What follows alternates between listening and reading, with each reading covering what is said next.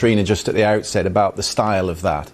No speech from the Oval Office, a president in a baseball cap at Mar-a-Lago sending US servicemen and women to war. How will the country view that? Very starkly, I think, Christian. You have to remember it's just 25 past 9 in the morning here on the East Coast, Saturday morning. The weather just starting to come out of that snow ice situation that we've had for weeks here. So people are just waking up to this news, seeing that video as you described, that black backdrop filmed in Mar-a-Lago, no press pool there, the baseball cap, and that stark line. We just heard it in the clip that we just played there. You know, I do not make this statement lightly. The Iranian regime seeks to kill the lives of courageous American heroes. Their lives may be lost and we may have casualties. That often happens in war.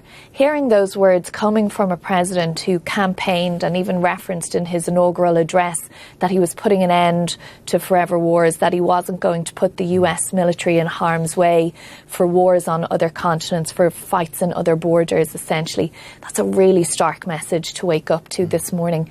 And the earlier part of his speech, if we just go back to that, we didn't play it in that clip. The whole thing is about 8 minutes long. But that is when President Trump laid out the case for what he's doing. It's what we were expecting him to say in that State of the Union address before the joint session of Congress on Tuesday night, when all the nation was tuned in and many people abroad as well, expecting him to lay out that case. And he chose not to on that occasion. But he's done it here again in the wee hours of the morning when most Americans would have been asleep, talking through the case for American national security as he sees it, because of course that is the buzzword. If you're an American citizen looking at this, you're saying, what's in it for us? Why are we putting our members of the military in harm's way? He talks as well about making sure that the regime never has a nuclear weapon and how he obliterated it during Operation Midnight Hammer back in June. Well, of course, whether he actually obliterated or not is a question that's up for much debate, because we were told by members of the administration just this day last week that they thought Iran was within 1 week of having a military-grade nuclear weapon ready to use. Then he goes on to talk about the protests as well. And again, we've spoken so often, haven't we, about how he had said at the time of those protests when thousands of Iranians were killed.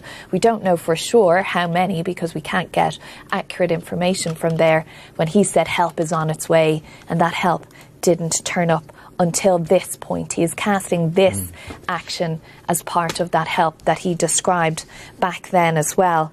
And then the issue of regime change, again in the clip we just heard there, laying out that this is regime change, but not that America is going to be the one to make the regime change, but rather they are laying the conditions for the Iranian people to do the regime change himself. When we are finished, he says, take over the government. It will be yours to take. Later saying, this is the moment for action. Do not let it pass. So words for the Iranian people, but most of this is for the American people who are just waking up this morning to find that their country is at war, that there's already been one retaliatory strike on US members of the military in Bahrain. We hear from the NYPD that they have put extra officers in place in certain areas in New York. I suspect we'll start to hear that about other parts of this country as the day progresses as well. But this is something, and again, we can tell from the mixed political reaction that we're already seeing. All that said, Katrina, he did inform the Gang of Eight, we're told, by Mike Johnson, the House Speaker, this morning. So they were in the picture earlier in the week that something was pending, and clearly other European countries were in the picture because a lot of them withdrew their nationals from foreign embassies yesterday. So there was a suggestion that something was pending.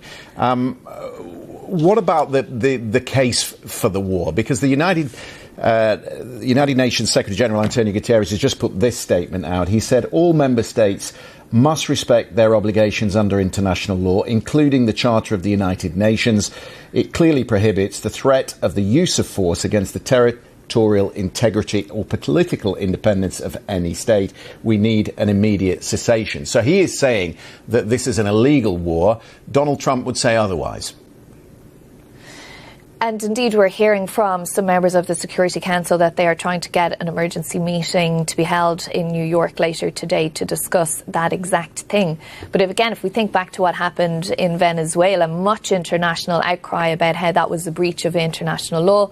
The administration here saying no, it was in their rights. And we've seen time and time again from President Trump, whether it's domestic or international policy, that he does what he says is in the best interests of Americans. And I think that's what we're saying here. But yeah, really interesting as well, Christian, when you mentioned that statement from Speaker Johnson that the Gang of Eight was briefed earlier in the week. To the extent of the timing of that, we don't know, but I'm sure we'll learn as the day goes on. Abbas Araghchi, the foreign minister in Iran, has been speaking while we've been on air this hour. He says, I still see a possibility to reach a deal which can guarantee that Iran's nuclear program is peaceful, which is the ultimate objective for Donald Trump. Do you think the Israelis and the Americans share the same objective as to what the purpose of this operation is? I think they do at this point. They haven't at part.